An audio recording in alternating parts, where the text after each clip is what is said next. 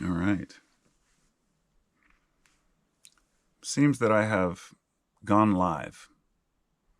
Live as in I'm actually really here, like in real time, speaking to my camera, talking to the audience, face to face. But in a couple of years, you're not going to know if that's the case or not. You're going to start to,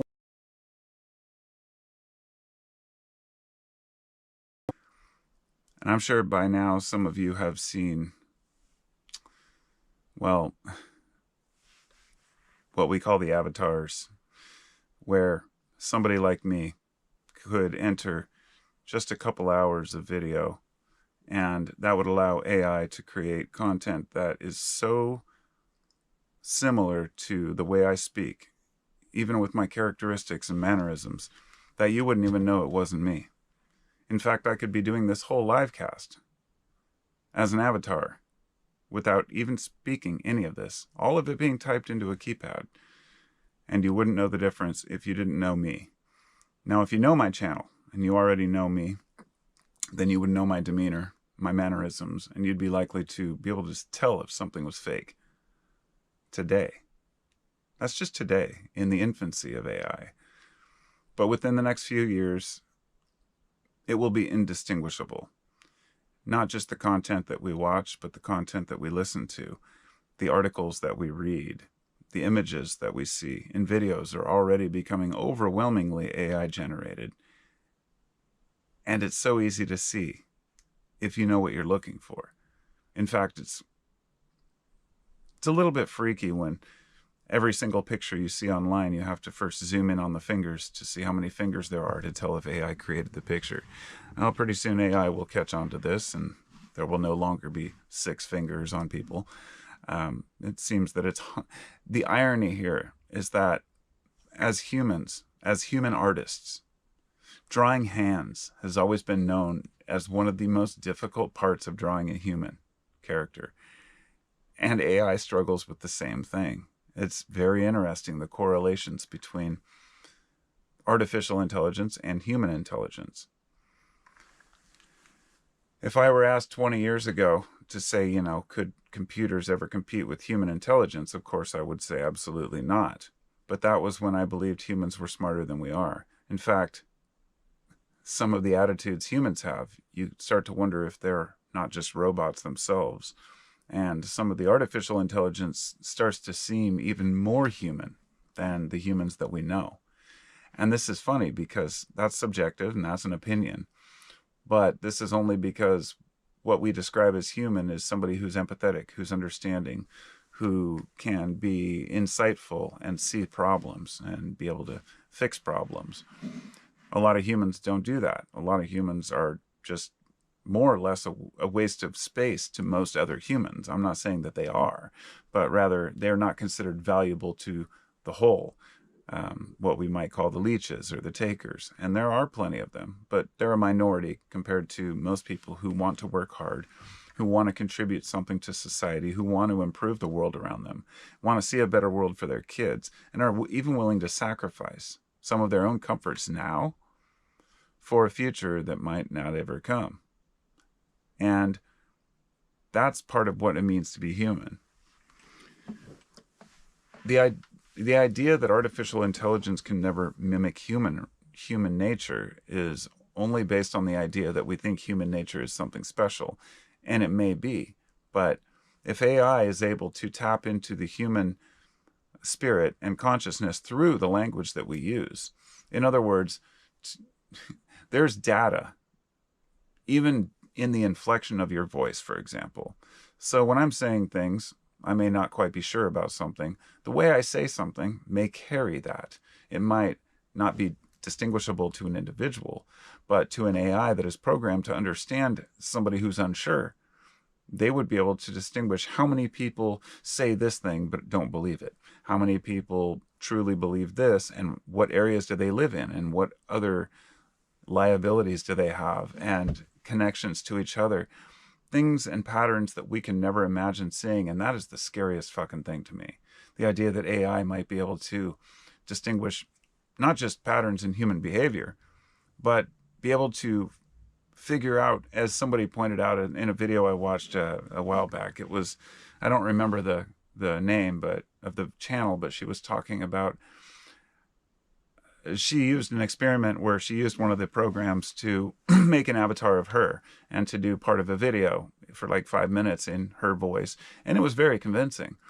But she said, the only thing is the mannerisms and the hand gestures and some of the eye movements don't really match what I was, how I would, the inflection I would have. But to an outside viewer, they wouldn't know that. They might think that's just you.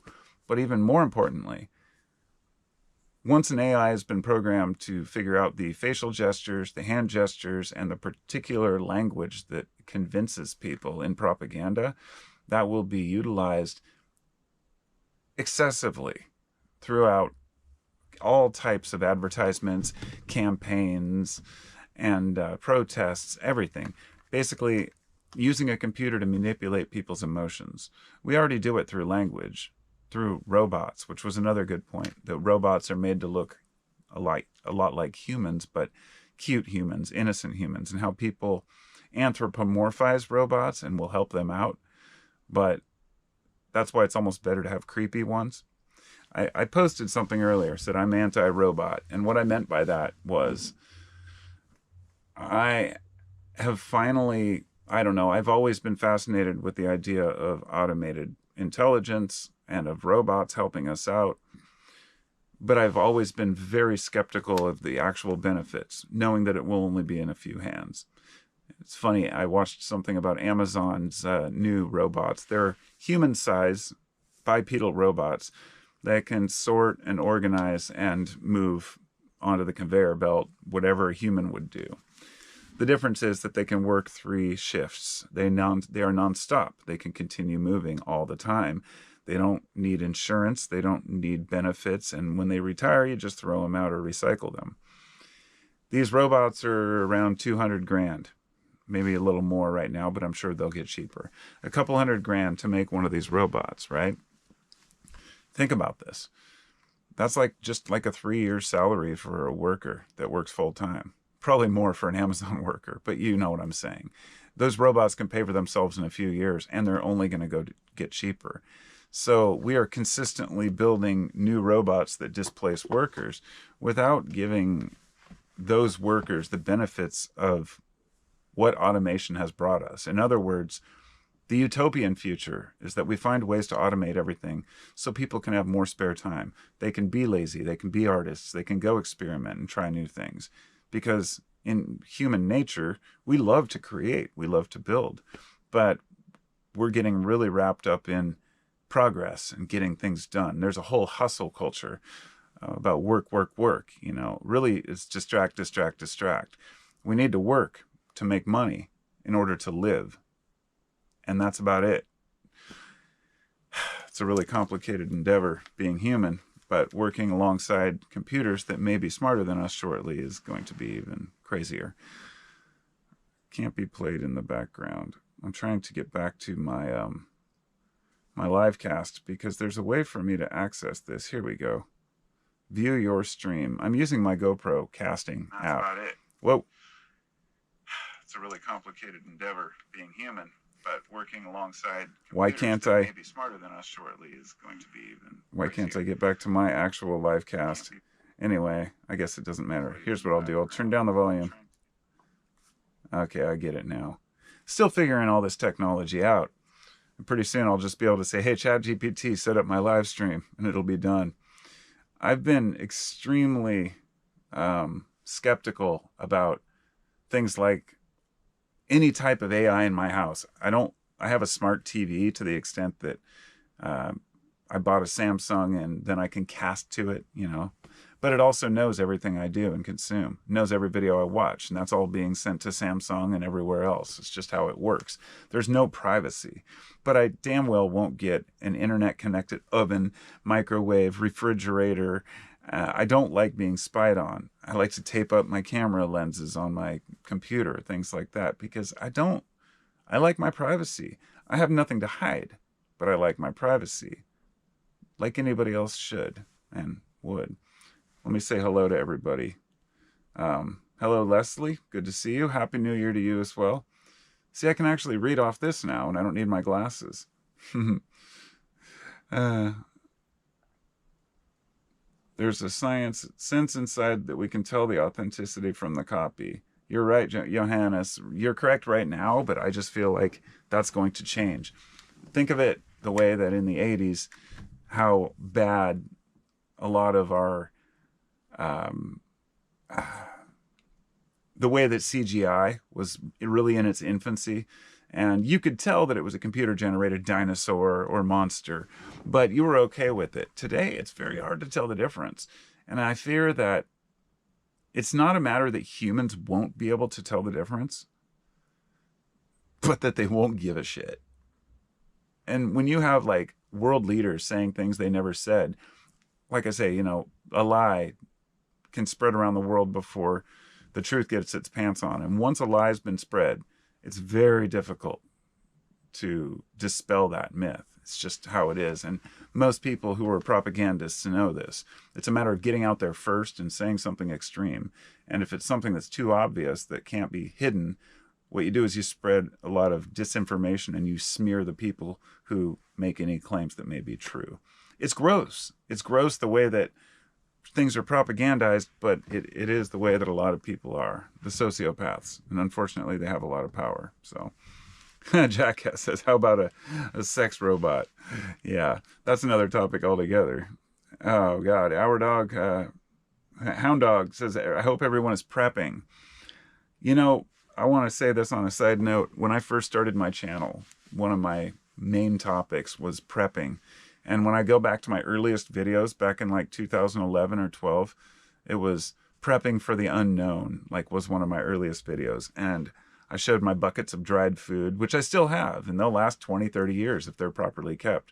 I keep them on the concrete floor, hidden, but it's just dried food. But it's something that I feel like would be so beneficial in an emergency that why not have it for $100 a barrel or something, And I buy those 5-gallon buckets full, and I have a few different kinds. But I used to store a lot of water, but it takes up a lot of space, and I don't have any big tanks right now. But I have a little bit, and I also bought this thing called a Hughes. It's Hews. It's something water system. I don't remember what it is. Something emergency water system, and it's basically a bathtub-sized plastic bag that's sterile, that has a spigot that fits on your nozzle over your bathtub. So in a major emergency, water pressure could get lost, but usually there's enough for a little while. So a major catastrophe hits, or even whether ahead of time or there's an earthquake, sometimes you're screwed. You have no water. I mean, if there's a major quake and it fucks up the line, but if the water's still working, the first thing you do is put it in your bathtub and you fill up that thing, and it fills like 100 gallons of water, and then boom, you've got emergency water. Something people don't think about. Where are you going to store water if you do have an emergency and you need to store it? But food, water, shelter, those are the crucial things. And prepping, I think, is very essential. I don't like to think about it. I've got kids, I got shit to do, I got a life, right, like everybody else, but I know that something's coming down the pike. And this was originally going to be the topic for tonight's discussion. It's funny enough, was that we are all living on the precipice, on a razor's edge. Tomorrow, anything could happen. One solar flare knocking out half the grid could fucking devastate us for permanent or for decades to come. And a lot of folks think, we'd get up and moving. There aren't enough transformers to fix if there was a major grid collapse. We just don't have them, and they take years to manufacture, and there's a back order on them because the whole rest of the world is also building electric grids. We're living right now in the peak of humanity, okay? I don't want that to sound dismal or dim or even arrogant to think that, oh yeah, well, I know this for a fact that we're living in this time, but I really truly believe firmly that right now we're living at the very pinnacle. I'm not going to say the peak or the best time, but the most people on Earth and the most technology that we'll have widespread, because I don't think that we can support ourselves with our attitudes and the way we're going. And I may be wrong. I hope I'm wrong. I really do. But yeah. Anyway, I'm going to continue to read through the rest of these just to say hello to everybody. Hello, Jill. Yeah, it looks like just Hound Dog, Leslie there. Nix.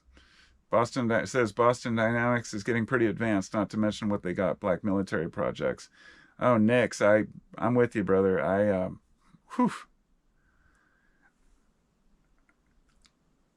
It's crazy. Their dogs are just creepy as hell. Boston Dynamics are the ones that make the dogs, and the military and police forces are already using them. Those things you want to shoot on site. Like, they creep me the fuck out. Yeah. Where are we at here? Buy Culligan bottles at Home Depot.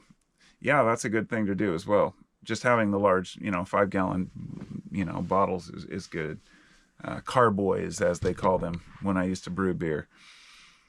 Howard Dog says World War III might be starting. Middle East. Oh boy, that's a can of worms to open. But I have no fear of talking about that. I agree, and I've found that after living through, at least in my lifetime, my father was in Vietnam, and I heard about that. But when I was young, it was the Gulf War. Then it was, the second Gulf War, if you will, with Iraq. And during that time, knowing that we didn't have any right to be in Iraq, and knowing from even the moment we went in that Saddam had nothing to do with weapons of mass destruction or Al-Qaeda. Like, we went in there because of bin Laden, even though all these terrorists were from Saudi Arabia, who we still give weapons to and money. And the whole thing is just so butt-fucked. I mean, I don't know how else to describe it. We know that the U.S. has been complicit in so many, overturning of governments and corruption scandals and coups, but never has it become so prevalent and obvious as it is today, where they cannot hide it. We have Israel committing mass atrocities against innocent civilians. They've displaced 85% of the nation. They've killed well over 20,000 people last time I checked, and those are just reported, so it could be much more. Out of those 20,000 civilians, these are civilians killed, 20,000 civilians, 70% are women and children. And so when I look at this just for what it is, I just say, okay, this is one country that has far superior firepower, and they are bombing innocent civilians. I also have seen many of the statements from their own government that they have declared that they are basically looking to wipe out Gaza. And when I even talk about this just on a regular basis, like, wow, it's horrible what they're doing, they'll be like, oh, they deserve it. You must be a Hamas supporter. And I gave up. I gave up having discussions, any type of a rational discussion. It's like, me saying what I have to say about Israel should not bear any witness on anything about fucking Hamas. It's irrelevant. What happened in October was horrible. It was a horrific event, and they shouldn't have done it. But the response isn't justified because it's not about Hamas. It's about eliminating any threat that they might have. And the problem with this is that everybody's watching. The entire world has declared that area to be that, what Israel is doing are war crimes. Everyone in the entire UN is opposed to it and wants them to stop. But the U.S. is the only country standing by and continuing to deliver weapons, sending over my taxpayer dollars. And yeah, it bothers me. It does. I see every human as a human, okay? An individual, a person. And when I see dying children, and I've watched hours of footage from inside Gaza, there's just no denying what's actually happening. It's absolutely disgusting. And it seems like maybe I'm wrong. Maybe people are overreacting. Maybe it's more propaganda. And then yesterday, 2 more refugee camps were bombed. What am I supposed to think as a human being? I refuse to buy into the politics. I just look at the humanity. And I agree with my fellow humans that what's happening is genocide, a full atrocity. Coincidentally, I was watching a video from this Mythos guy. What was his name? Mr. Mythos. He has a great channel. He just uploaded a video earlier about aliens, and it was more about the mystical side and how they're all connected and talking about interdimensional beings and whatnot. But he talked about all kinds of shit, and then he censored one word, genocide. He cut out part of it, and that's because by me saying that, my video will now get flagged and be demoted to the bottom of the list. And that fascinates me, because there are a lot of those, you know, a lot of genocides going on. And I'll continue to say it and won't hold back on saying a fucking word that's important, because anytime you're trying to kill out a population, whatever side you're on, you're wrong. You're wrong, utterly wrong. And I guess I've always been disgusted by war. And yeah, I agree with you. We're looking at some fucking hard times if this shit continues. We really are.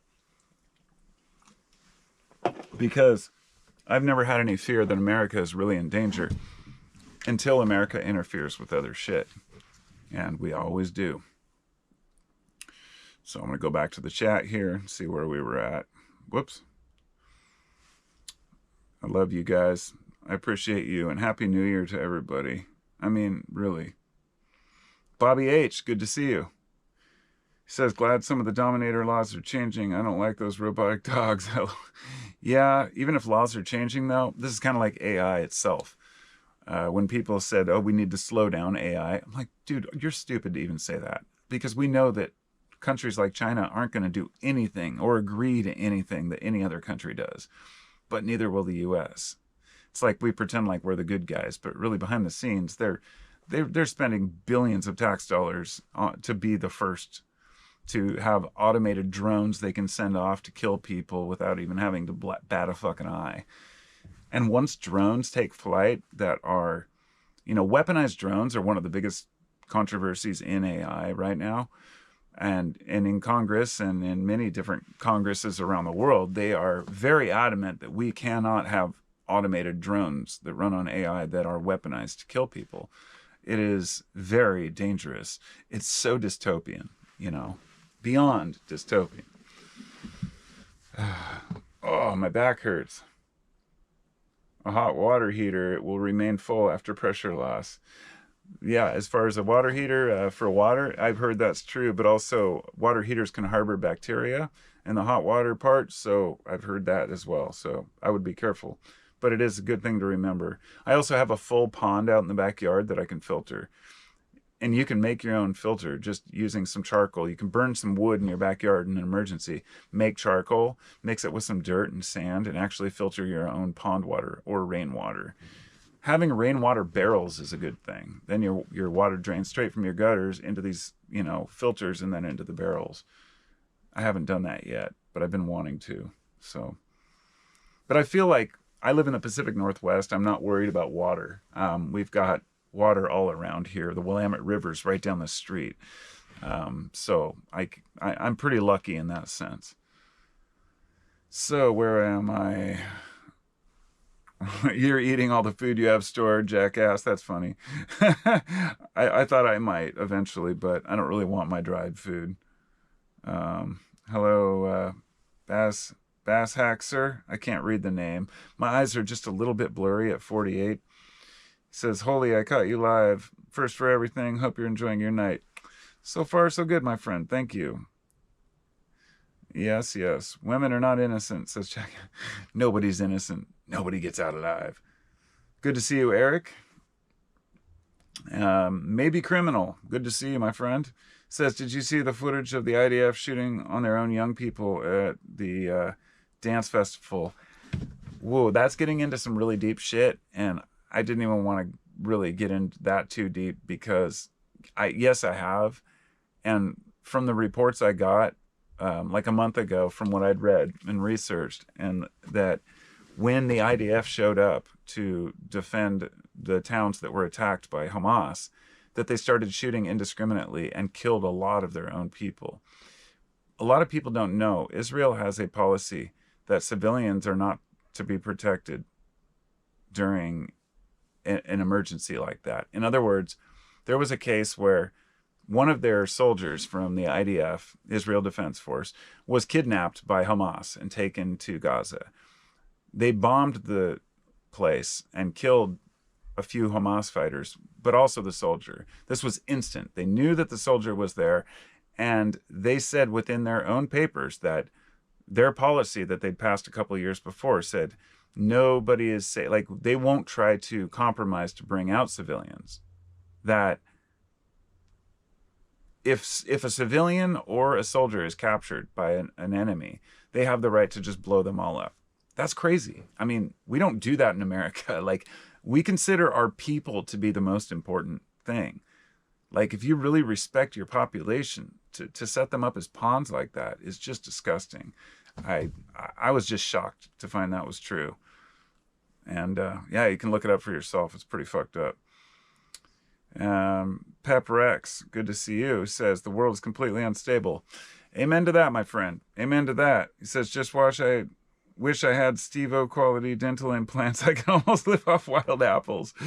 Dental implants would be epic. I spent all my money on my upper teeth. These are all fake. My bottom ones are gone. I have like one molar on this side, and it's hard for me to eat. You just learn to adapt. You learn to adapt without teeth, just like you learn to adapt without certain rights or freedoms. You know, it's like people adjust to everything. And this is why we've become so complacent, because we've adjusted to our being prisoners, you know, in this system, which they call, God damn it, I can't remember. Somebody will remind me. But when you start to identify with your captor, and, you know, it's sad. I feel like that's kind of where we're at right now. But adios, hound dog. One person at a time, indeed. Alex says, all those atrocities are being committed for the sake of people like you, Carpo. Don't pretend you don't care. You don't really help anybody besides your family anyways. I'm not sure what that means. I try to help other people, but there's only so much I can do from here. If you help your family, you're helping the world, because you're helping to make your surroundings a better place and an environment. But no atrocities are being committed for the sake of people like me, and I have no idea where that comes from. But you're welcome to try to explain. Killing innocent people in my name, I will never accept. I will never consider acceptable in any way, shape, or form. Killing innocent people just has no justification, ever. Period.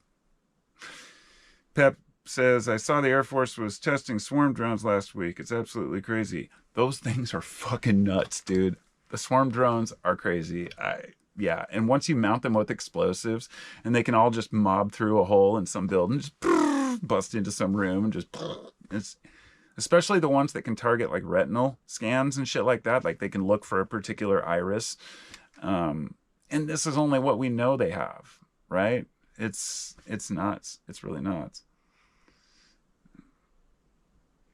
Kids are different. Why is it that old canard women and children are still used? Women are equal to men. Kids are different. True. Kids are different in a sense, but I as a man still believe that women should be protected the most. They are the most valuable, you know, if you will. If it comes down to women or children, or men or women, I still believe that women should be saved before men.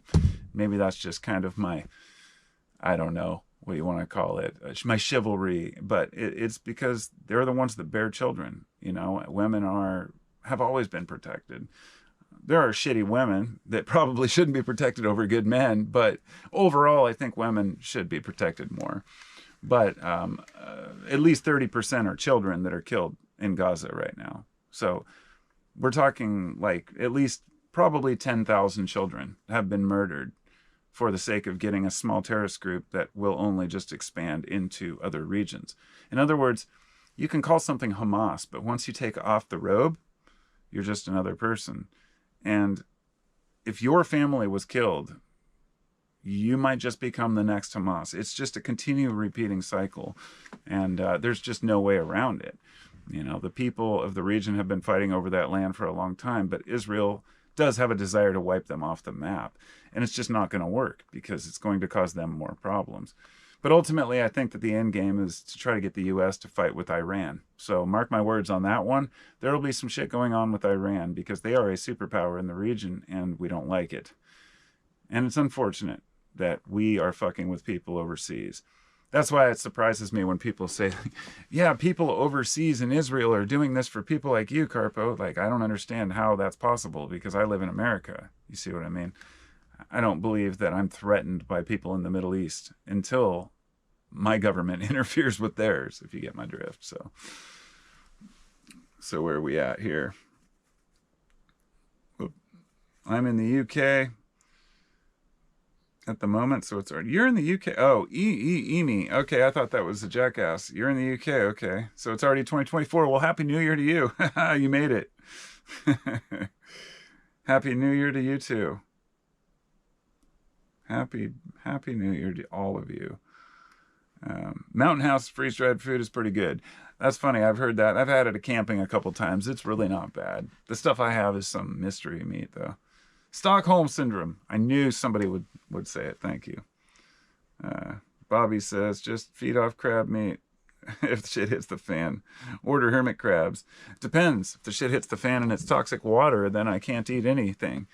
I don't have crabs around here, but we got potatoes. Normal is what you're used to. Yeah, that's my quote. Oh, that's Mike's quote, actually. Yep, Stockholm Syndrome. Hello, Freestyler. It's good to see you. All right, so I've caught up on the comments now. So yeah, it's funny. I don't have very strong opinions about most things because I'm a generalist. I like to expose myself to every different aspect of what information is out there. Whenever I hear people say follow your passion, the unfortunate truth is that for me, following my passion means going out and just exploring my mind and reading things and wasting time when I could be focused on a business or making money. And that makes it hard. So my dream is to turn what I do like into money, but it's going from here to there. But it's funny. I was thinking about this, like I've had my channel for all this time and really it's always based on authenticity, right? Just being straight up with people. I still have a hard time with like jump cuts and people over editing. And that's just me. Look, the younger people have grown up with that. That's what they're used to. I don't like highly polished things. I like it when people speak from the heart. And I feel like everyone is finally coming around full circle back to that. Like, we're finally bored with memes and internet drama, boxing matches between celebrities, and people just want to go back to something real. And I'm hoping that manifests into folks kind of taking a second look at all the technology that we have and saying, man, we don't need all of this shit. I don't need all of these screens and all these distractions. It still amazes me how many people get wrapped up in having like 5 different social media websites, and every one of them they get notifications for. And, I didn't realize how bad it was until I'd hear people talk about like, internet breaks, and they'd say, oh, are you one of the people who wakes up like several times per night to check your phone? I'm like, no, I'm not. I never intend to be a person like that. I don't even keep my phone in my fucking bedroom. I mean, I won't. It's the biggest distraction. And people will be like, you should wait at least 15 minutes before you check your phone when you get up. I'm like, I always do that. But yeah, I get sucked into it. I still have, that same, once my eyes are awake and I'm like, all right, what's going on YouTube and what's in my emails and, texts and shit like that. But that's kind of like reading the morning newspaper. It's just a matter of, can you let it go? How concerned are you with what you're looking at? And are you responding to every single comment and negative thing a person has to say?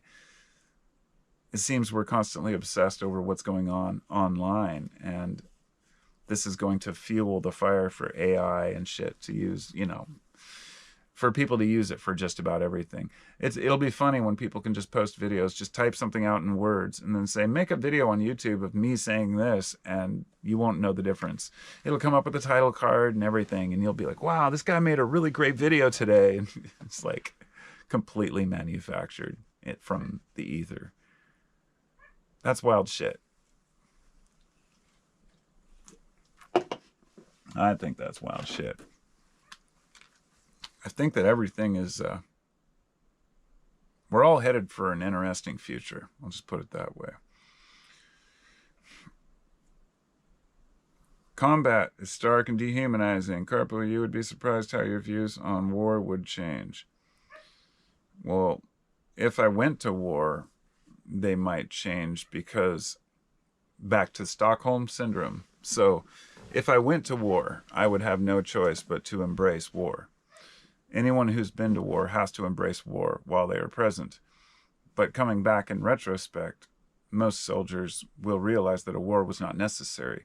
But I believe that it's impossible for a person to dedicate that much time to something and effort and then to believe that they were fooled or lied to. I'm not saying this is your case. I'm just saying that there are some legitimate military operations that take place that do protect American citizens. However, a vast majority of our weapons going overseas to other countries, I feel, are a major overstepping of our bounds. We're not world police, and I do have an issue with that. So you're probably right. My views on war probably would change, but I would, at my age, if I was sent to war, my views wouldn't change. Only if I was younger and I didn't know any better, because I'm a conscientious objector. I don't believe in war, and I would not fight. I would not pick up a gun to kill another person unless that person was threatening those around me and those I love. But that's me. I'm not a pacifist. I'm just a peaceful person who would only act upon an actual enemy. And when two sides are pitted against each other, they create enemies out of thin air based on how you look. You know, this guy's wearing this uniform and I'm wearing this uniform, therefore they're the enemy.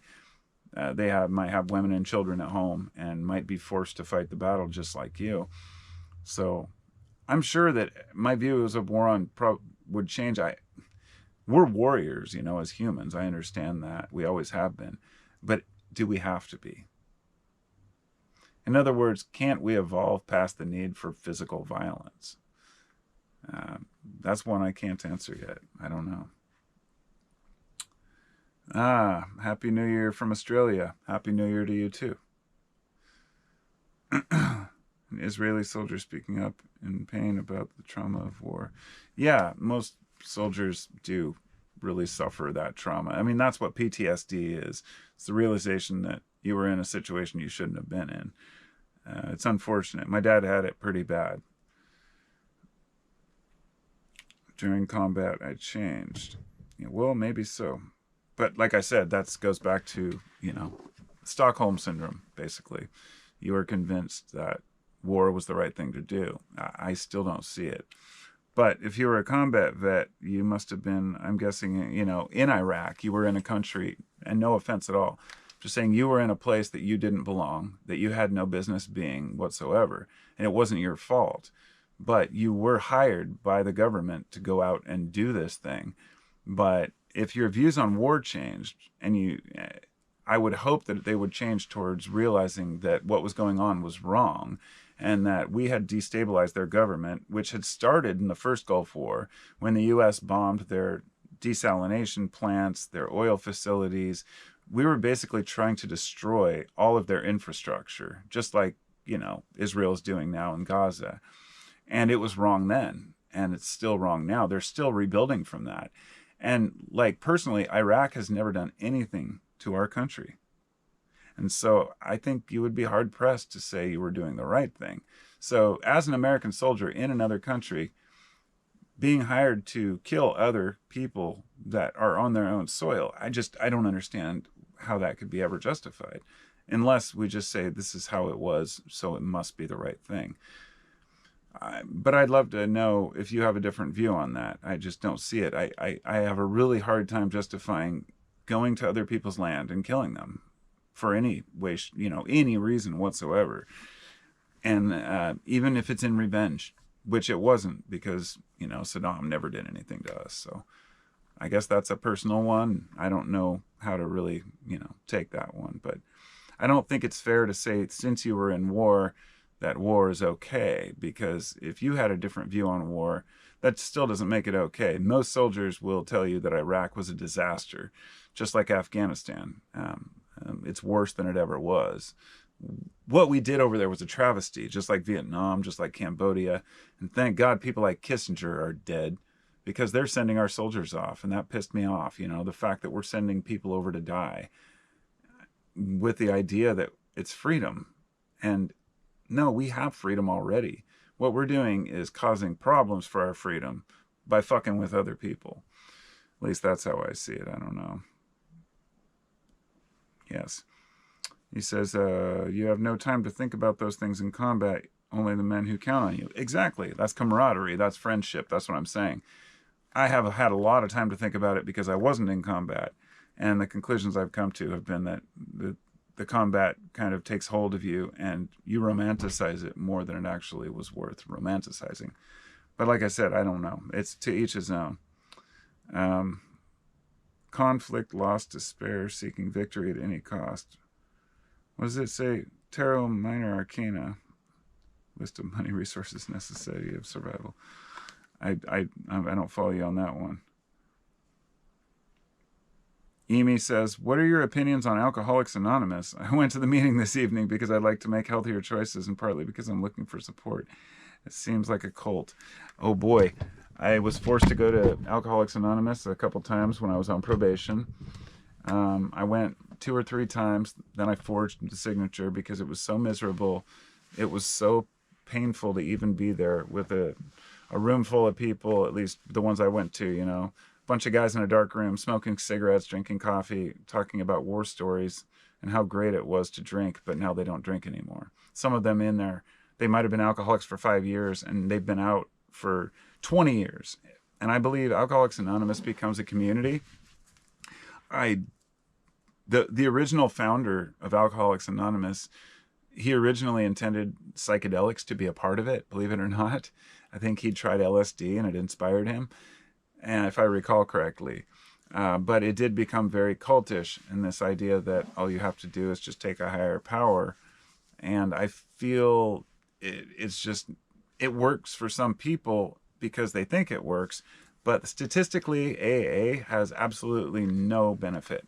And this is, I've looked at the charts, AA, after, it's like most drug programs. After a person leaves, within 2 years usually, there's absolutely a zero difference between a treatment program or just quitting on your own. Usually it really comes down to doing your own thing. And I respect you for doing so. I've been drinking for the last 5 years, way too much. And I, especially during COVID, started pounding a lot of vodka. And I was embarrassed about it. A lot of you probably remember some of my live casts. I was very slurred.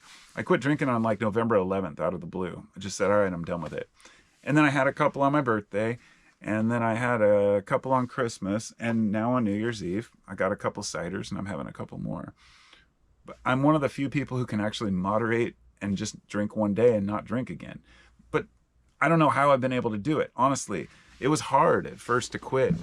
And I'm doing a video about this, but it's only going to be on Patreon because YouTube always censors it, about how ketamine really helped with overcoming alcohol. But yeah, it's a fascinating substance, very fascinating substance. If properly used, can be super beneficial.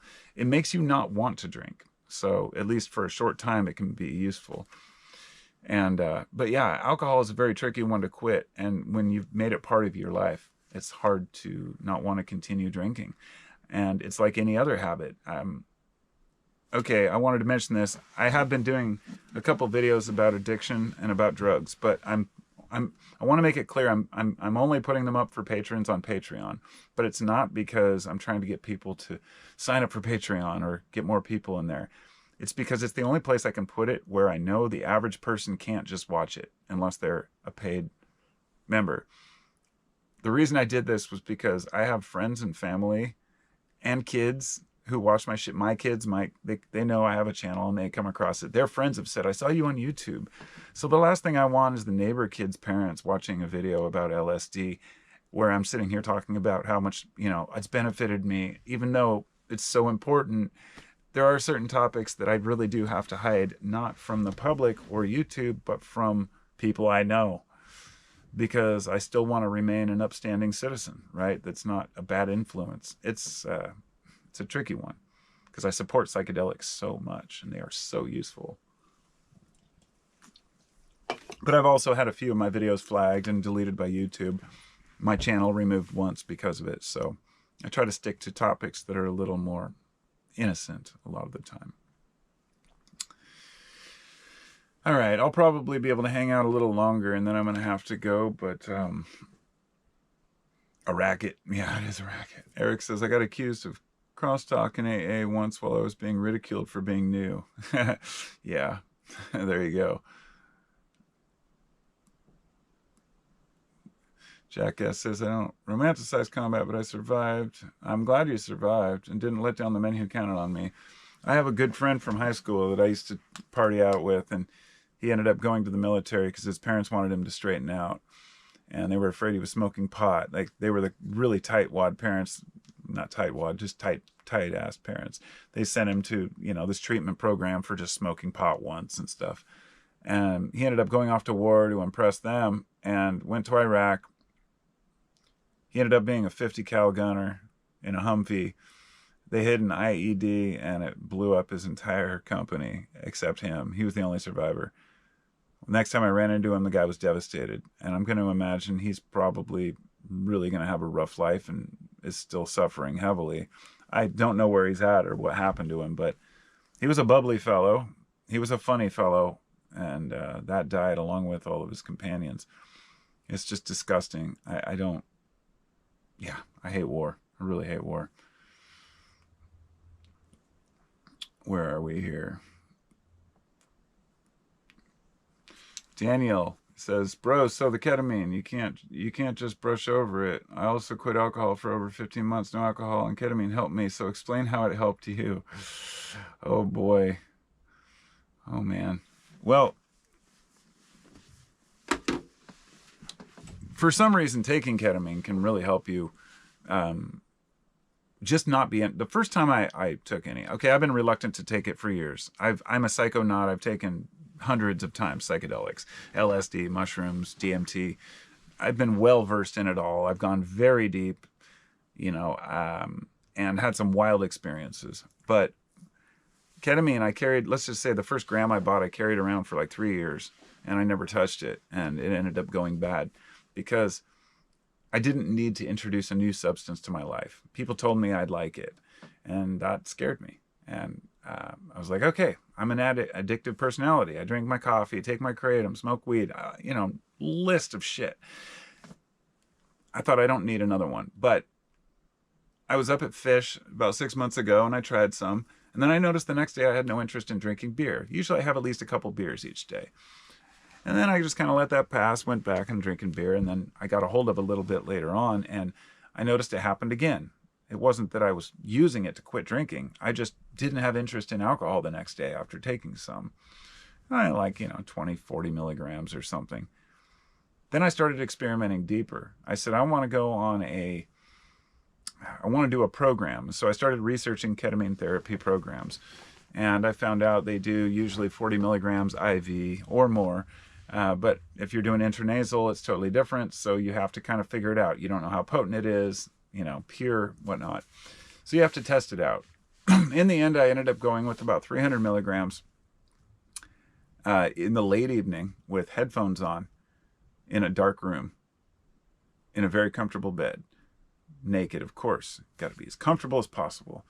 And the experience was so profound that it was like, wow, all these years of psychedelics, and I realized I could do the same thing in an hour or two without the after effects, without any negative feelings or a come down, just fades away, go to sleep.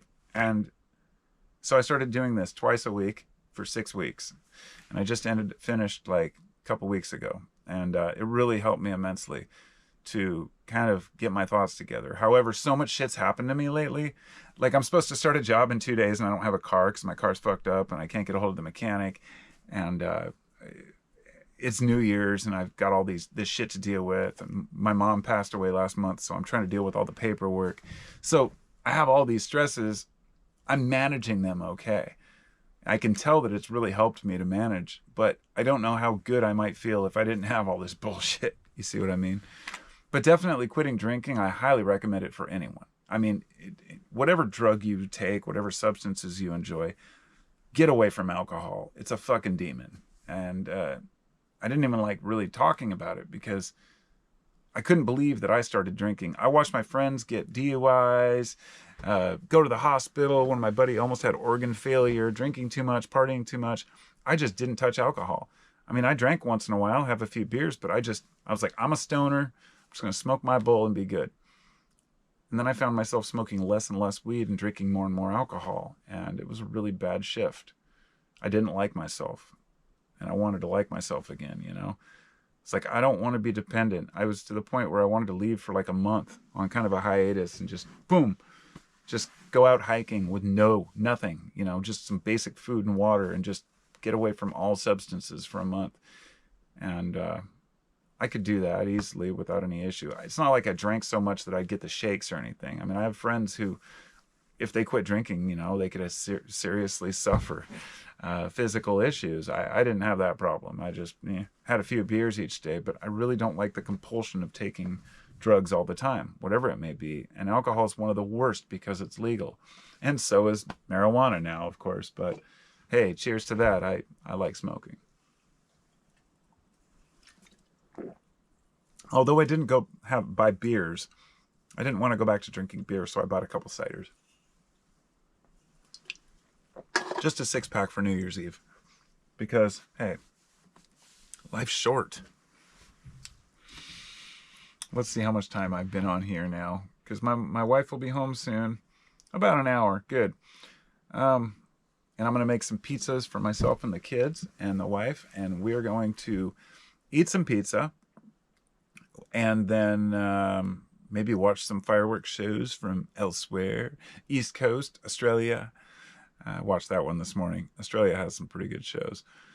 And then walk out around midnight with the dog and just walk around the neighborhood. Maybe I'll just live cast my journey out there. We'll see. Be kind of fun. Almighty Om. Learned so much from Jung. Yep. Yep, I agree. Until we know it all looks like nonsense. Amen to that. Love your chat, sir. Collab someday. You know, actually, Al, you do videos and you're well-spoken. I would love to do a collaboration. It's something that I've been meaning to do, and maybe you could help me out on that. We could set up some sort of a Google Chat or Zoom. I'm not sure how to do that, but Google does have, or YouTube has an option now to stream with someone else. I think it's still available. I don't know if they kept it or not. But that would be pretty cool. And we could talk about some philosophical issues. I've wanted to do a live cast with other people, friends and whatnot, but nobody really wants to plan out an itinerary. And I want to be organized if I'm talking with someone else. But at the same time, sometimes a free flow chat is the best way to go. That's what I do in most of my videos, and that's how I get my point across the best. Just let shit flow. And when I have notes, I feel like I get stifled. Like I get all cramped up in this little, like, I've got to fit in these notes. Like, oh, my ideas, they can't free flow the way that they do.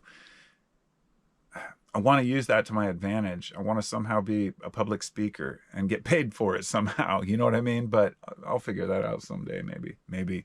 When I grow up, almost 50. Excuse me. Practiced. Nobody likes war for sure. Only enlisted in the army to travel to Europe for free. That's funny. I like scotch and nicotine gum. Oh man, my friend's brother who died a couple months ago, he had brain cancer, and it was just horrible. We all grew up together, and yeah, my friend smuggled him some nicotine gum in the hospital when he was dying, because that's all he wanted. That and he chewed and he did nicotine gum, and that was his thing constantly. Like, he used to smoke and he quit, and he just went straight to chewing nicotine gum and never stopped. I mean, like 10 years ago he was taking Nicorette. But this is what worked for me and what's worked for 7 years. And I want to quit vaping too, but I shrunk down to this little thing, so it's not so bad. Daniel says, I have a similar experience of cautiously using ketamine because I also super addictive personality, especially kratom, but I've never felt the reset that ketamine gave me.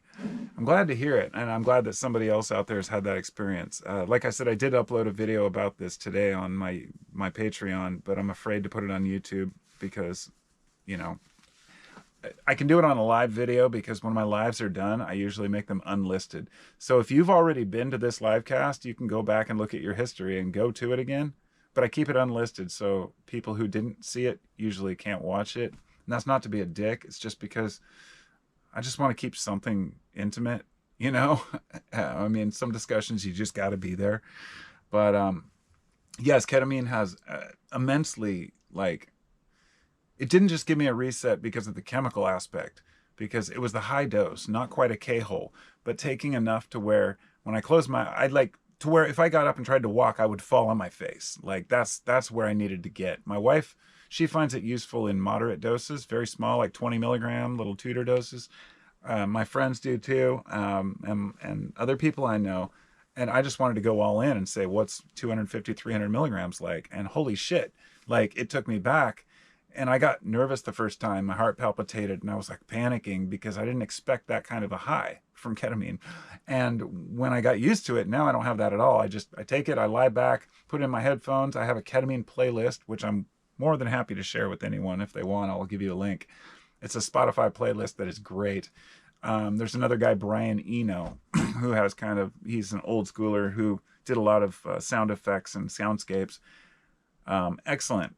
The thing is, don't listen to music with lyrics or any words whatsoever. Got to listen to instrumentals.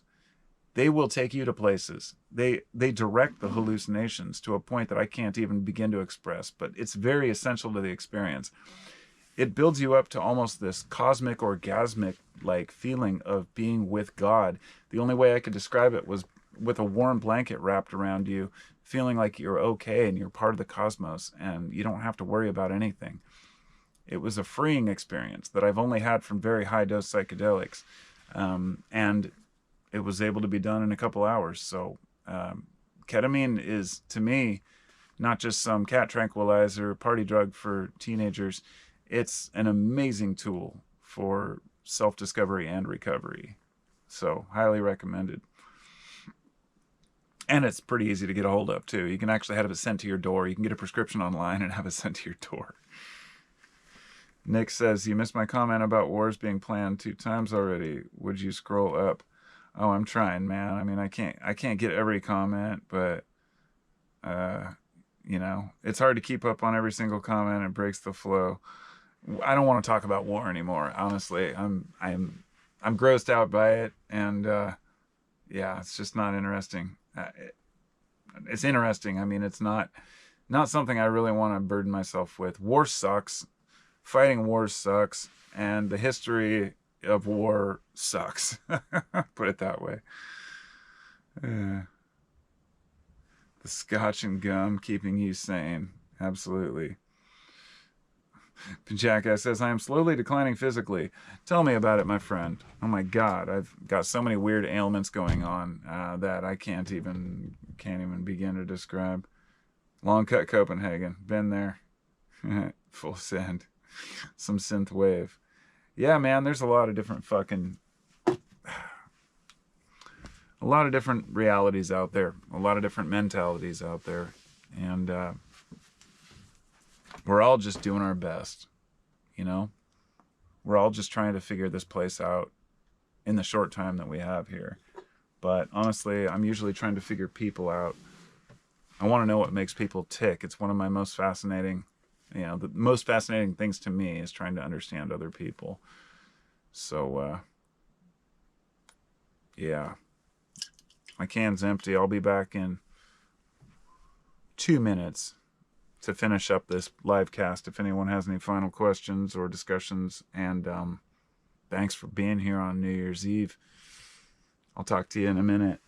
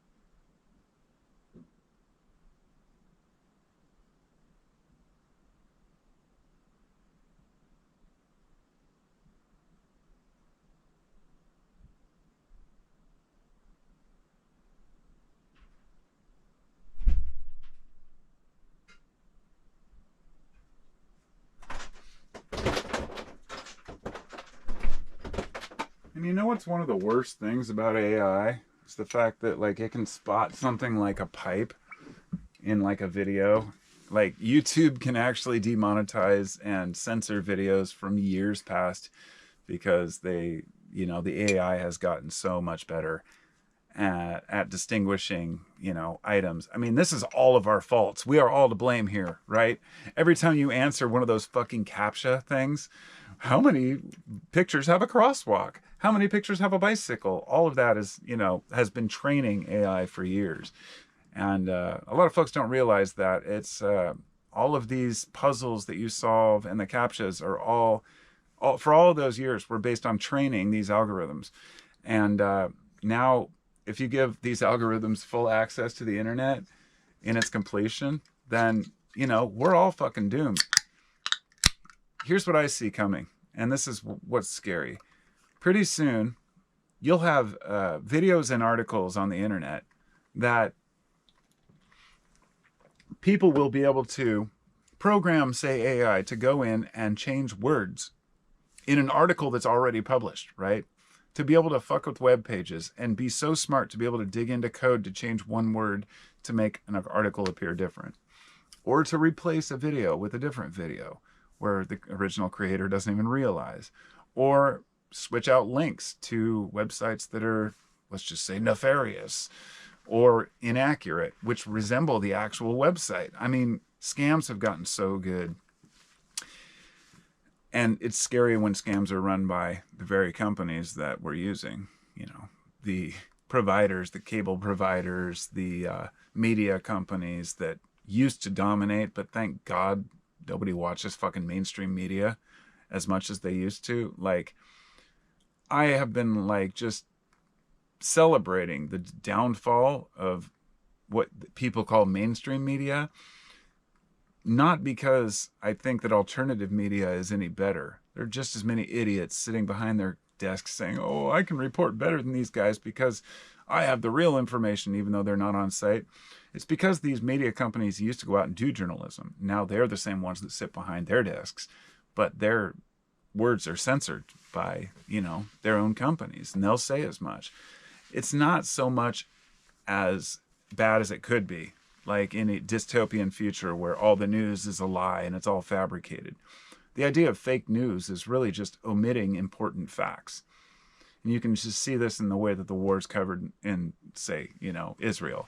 All Western media is, oh no, 5 soldiers died from Israel. I mean, that kind of shit is just like, yeah, okay, well, you sent them all across the border into this fucking war zone with bombs going off, and they're also not respected by their own, you know, their own military because they're you know, they're not protected the way you would think a soldier would be.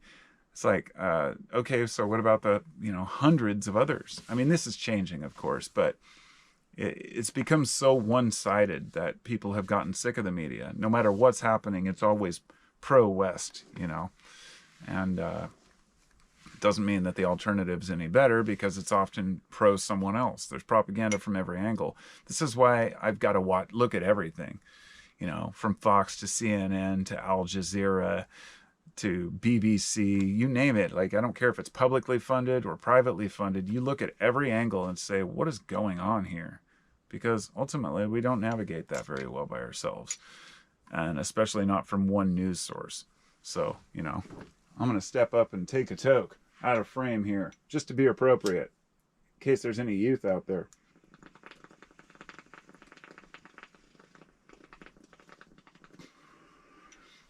Don't do cannabis, kids. It's a bad habit. Really bad habit, I swear. It's one that I do sometimes. It's one that I do every day for the past 35 years. Yeah, it's been about 35 years now. But I did quit for a year and a half once when I was on probation. And then the minute my probation was over, I went right back to smoking because cannabis is just part of my life.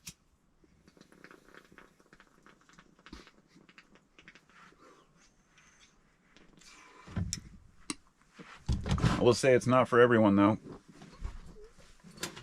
It can make some people bumbling idiots,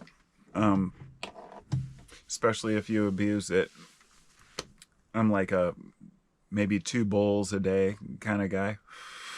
Try to always be respectful to the herb.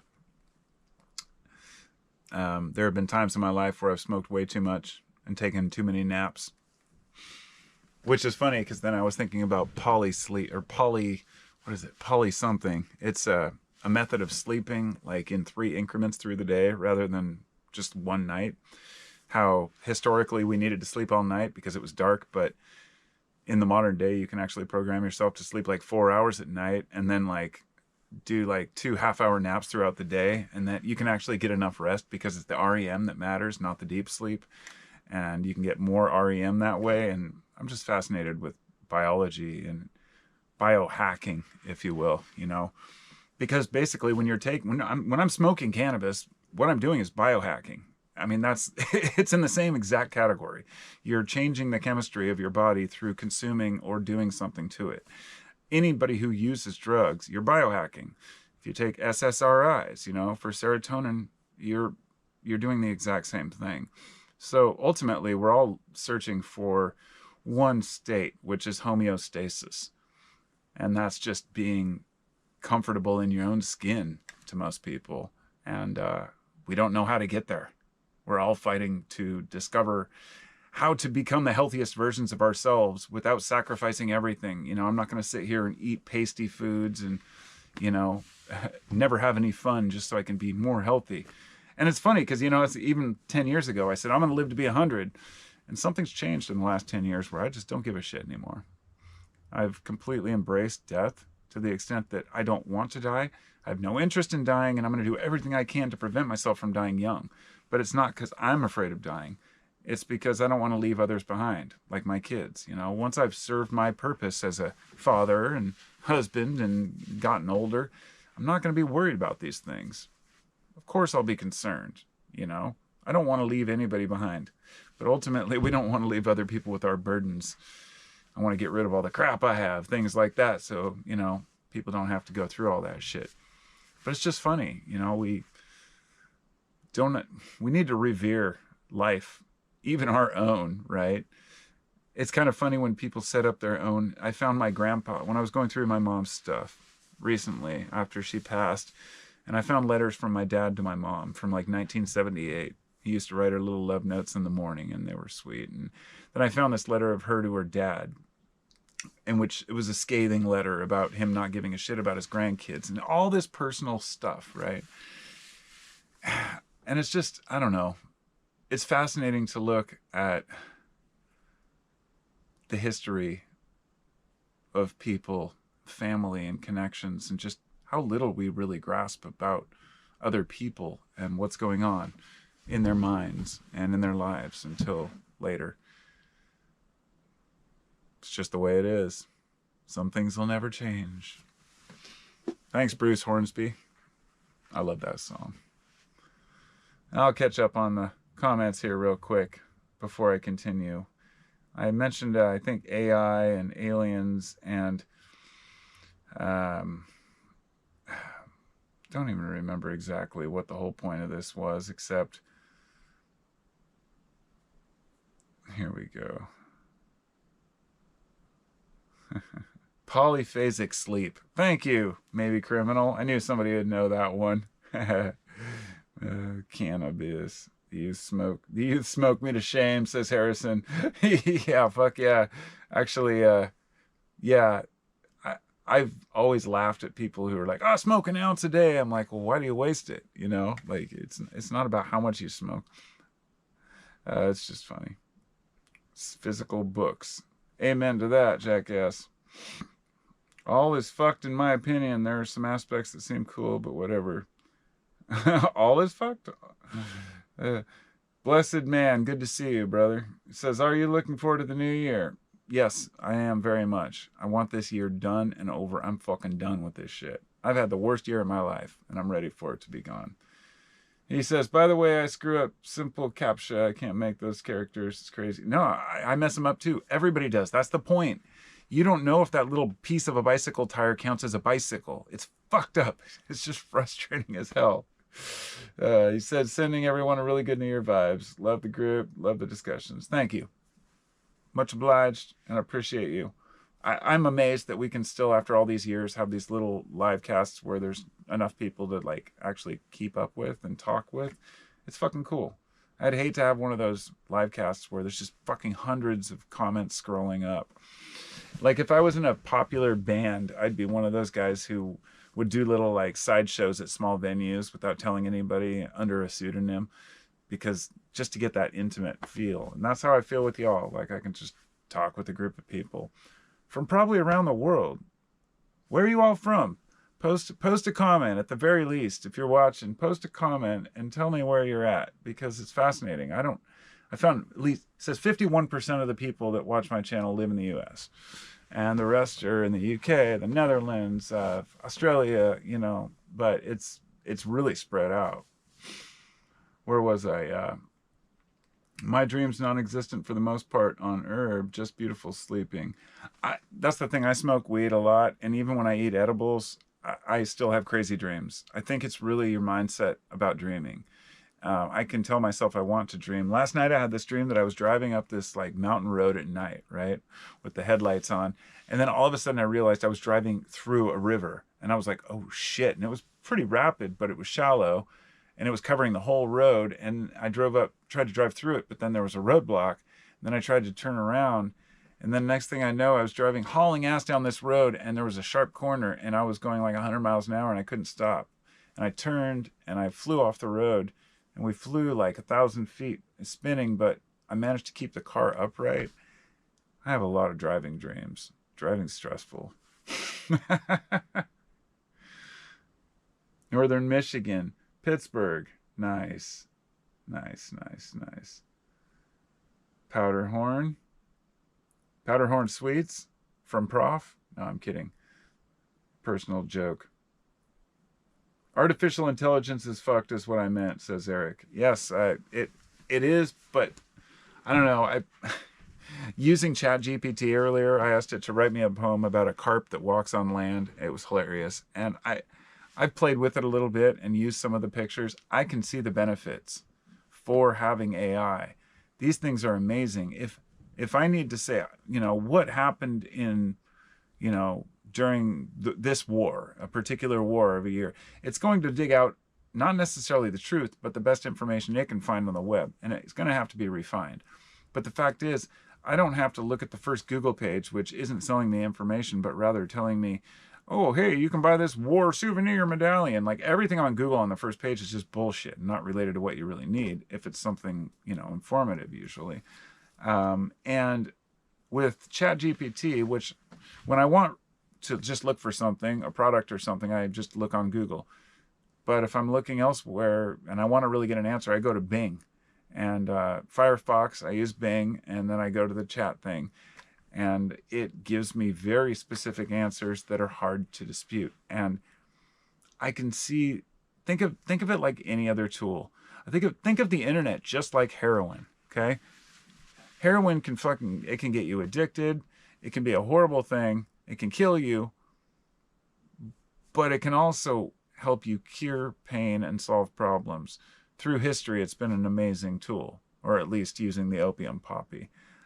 There are so many things like that. Everything has benefit. It's all about the dose. It's very simple. Nothing is bad. Everything just has to be looked at in the right way.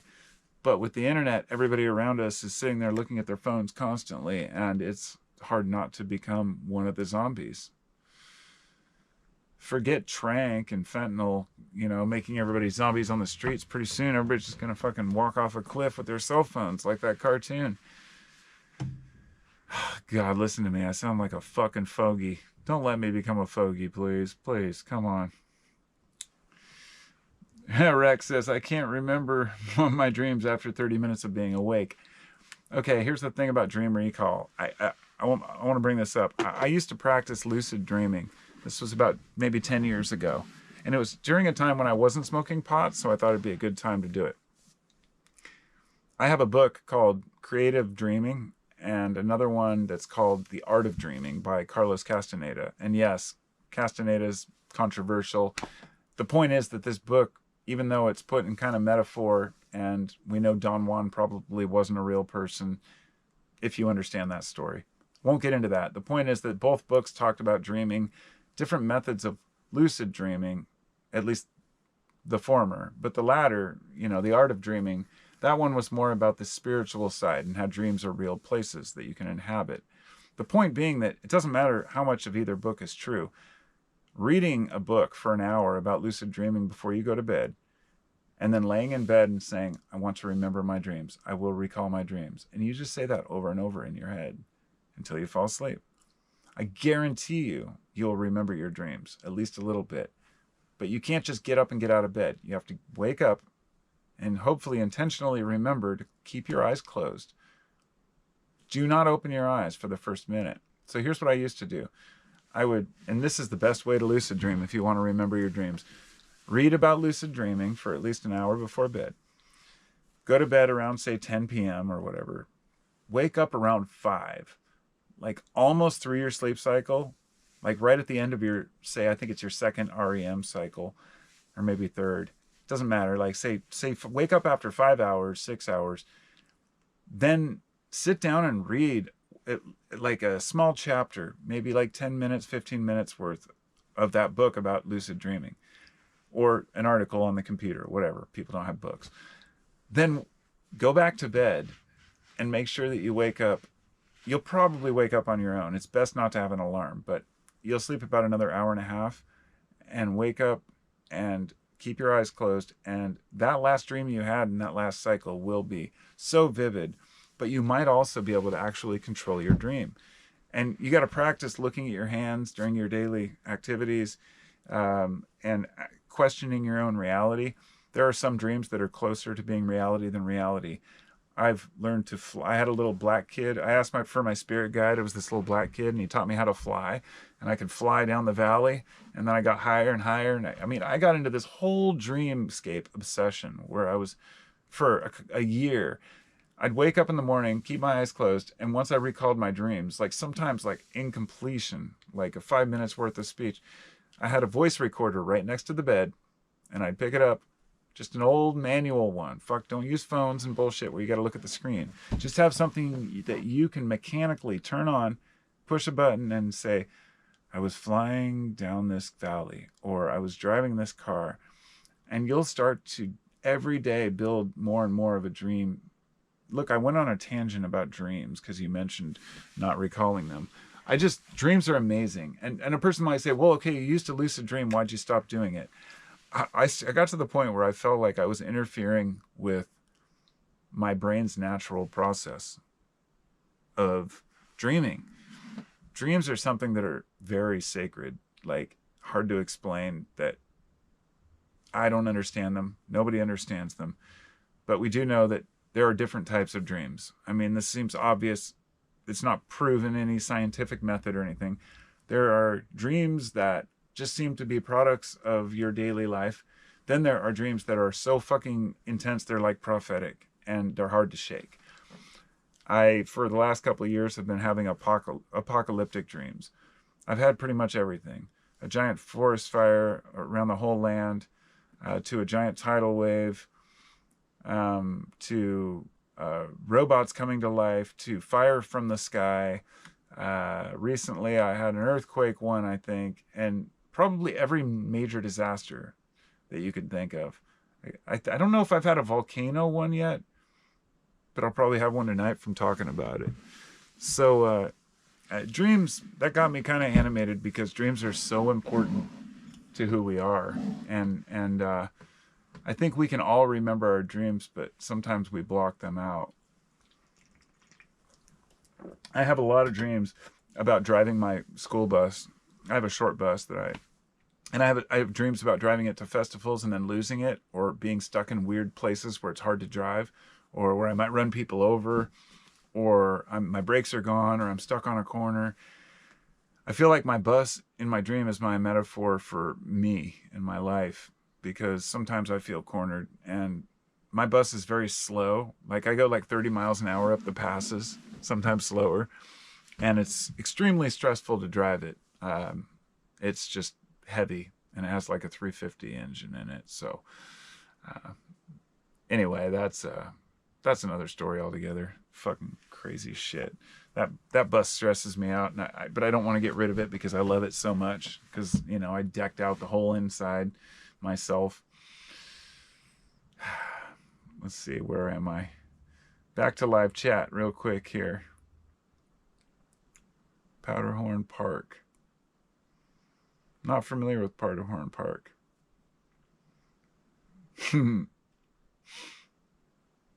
Thanks for the dreaming tips. You're welcome, Maybe Criminal. Yeah, I'd love to talk about dreaming more. I can show you those books if I can find them.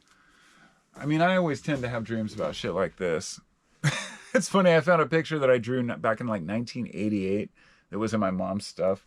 And it was a nuclear explosion, like this beautiful hill with trees, but then a nuclear explosion in the back. And I've just always been obsessed with this, the beauty of destruction, I guess. But I always have dreams like that, really apocalyptic dreams. It's fucked up.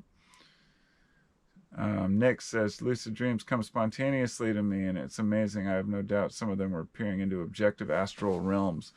And that's a good point. I had actually an out-of-body experience, I felt like, just, a week ago, and it was pretty wild. Just short and sweet, but I don't know how to comprehend those or understand them. It's weird shit. It's just weird. The way that our brains can create reality that we don't even understand how, the optic nerve carries signals to the back of the brain. We can hallucinate a guy running across the floor, but otherwise everything looks normal. So many different conditions. And you start to wonder, our dreams, they're handled the same way our vision is. Like, it's almost like you're peering into a realm that's more real than this realm. You start to wonder if you really do live in a fucking projection or a simulation. Like, I understand that argument is crazy, and I think it's stupid. I hate it when people say, oh, we might be in a simulation. But I understand what they're getting at. That it's like, some of the places I've been on psychedelics, in a really intense psychedelic state, time has stopped, and I have felt more real and focused on where I'm at in this place that is not here than I could ever feel in this reality. Like, I am just there and ever present. It's like being before God, if you will. And you feel so warm and comfortable, and you're like, okay, everything's all right. Like, this life isn't everything. And then you come back to this life and you say, well, I got to live it anyway, and you got to do the best you can. And I guess that's maybe a little overboard religious for some people, but it's, when you've had that experience, it's like you just feel comforted. It's wild. What a world. Yeah, controlling your dreams is fucking insane. It really is. Northern Michigan. Dream control is amazing. Yes, it is. I feel like something has been solved when I dream vividly. That's funny. That's the same way I feel after an intense psychedelic trip, and after dreaming as well. A lot of the inventions through history have been done through dreams. People say, oh, I dreamed of this discovery of some genetic, thing, or a new discovery in science. They dream about it. Like, that's what the brain does when you're dreaming. It may not be visible right away, but sometimes it is. And people can say, I literally dreamed about connecting these two compounds, and this is what happened. I've had those connections in psychedelic states, very similar to that dream state.